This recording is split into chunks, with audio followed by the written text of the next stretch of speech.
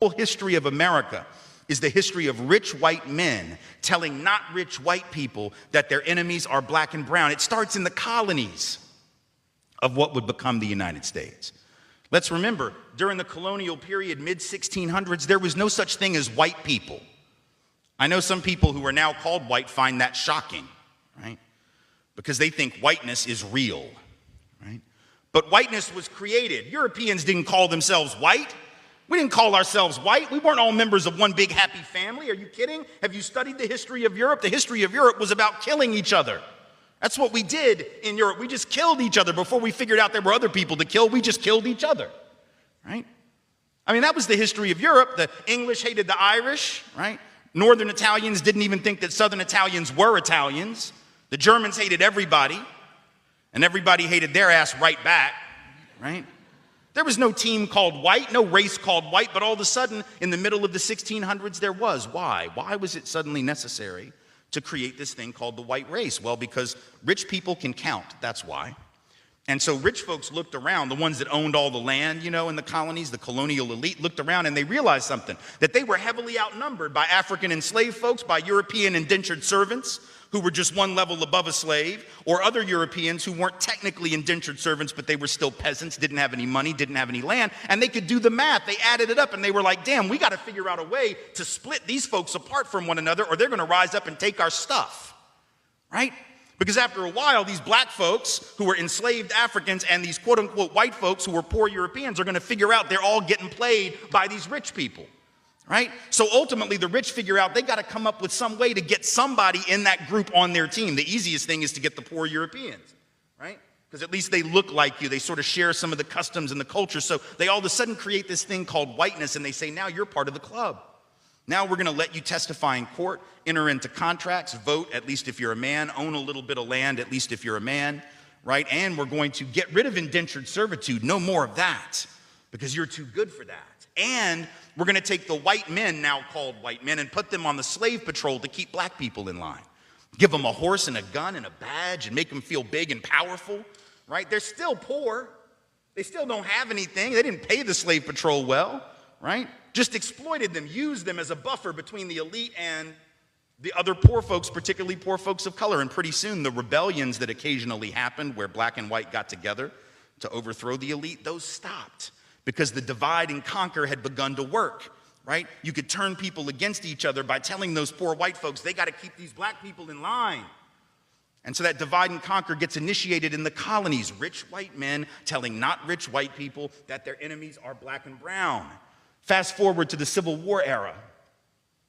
And you have, I'm from the South, right? My people, the elite in my part of the country, right, actually announced that the reason they wanted to break away from the Union and possibly go to war with their brothers and sisters to the north was in order to maintain slavery and white supremacy. They said that at the time. We lie about it now. And we say it had nothing to do with that. But of course, at the time, they didn't have any shame about it, so they just said it openly, right? The vice president of the Confederacy, Alexander Stephens, said that the cornerstone of the new government was the great truth that the Negro was not the equal of the white man. So that's the reason the Confederacy was formed and existed. But here's the trick. If I'm rich and I want to go to war to protect my ownership in other human beings, my property, but you're poor and you don't own any enslaved people, why the hell would you go fight to protect my stuff? Because I'm a rich person. I'm not going to fight. Rich people don't go to war, right? Rich people get poor people to go to war for them, whether it's in 1860 or whether it's during the 1960s or whether it's today, right? Rich folks get doctors to write notes for them that say that they have heel spurs, and that's why they can't go to Vietnam. And if you don't know who I'm talking about, you can Google that shit because he's sitting in the White House right now, right? Oh, I can't go fight. I have heel spurs. Send some poor kids to do that for me, please, right? So that's been a long-standing tradition. So the rich have to figure out a way to convince the poor to go fight for them. But that's a hard thing. That's like a hard sell, right? Like, how the hell, why would you do that? Why would you go fight to protect my property rights when you don't own anything? The only way you would do it is if that rich person comes to you and says, hey, listen, you gotta go fight because we gotta maintain our way of life, because if these people get free, they're gonna take your jobs. No, fool, they already got your job.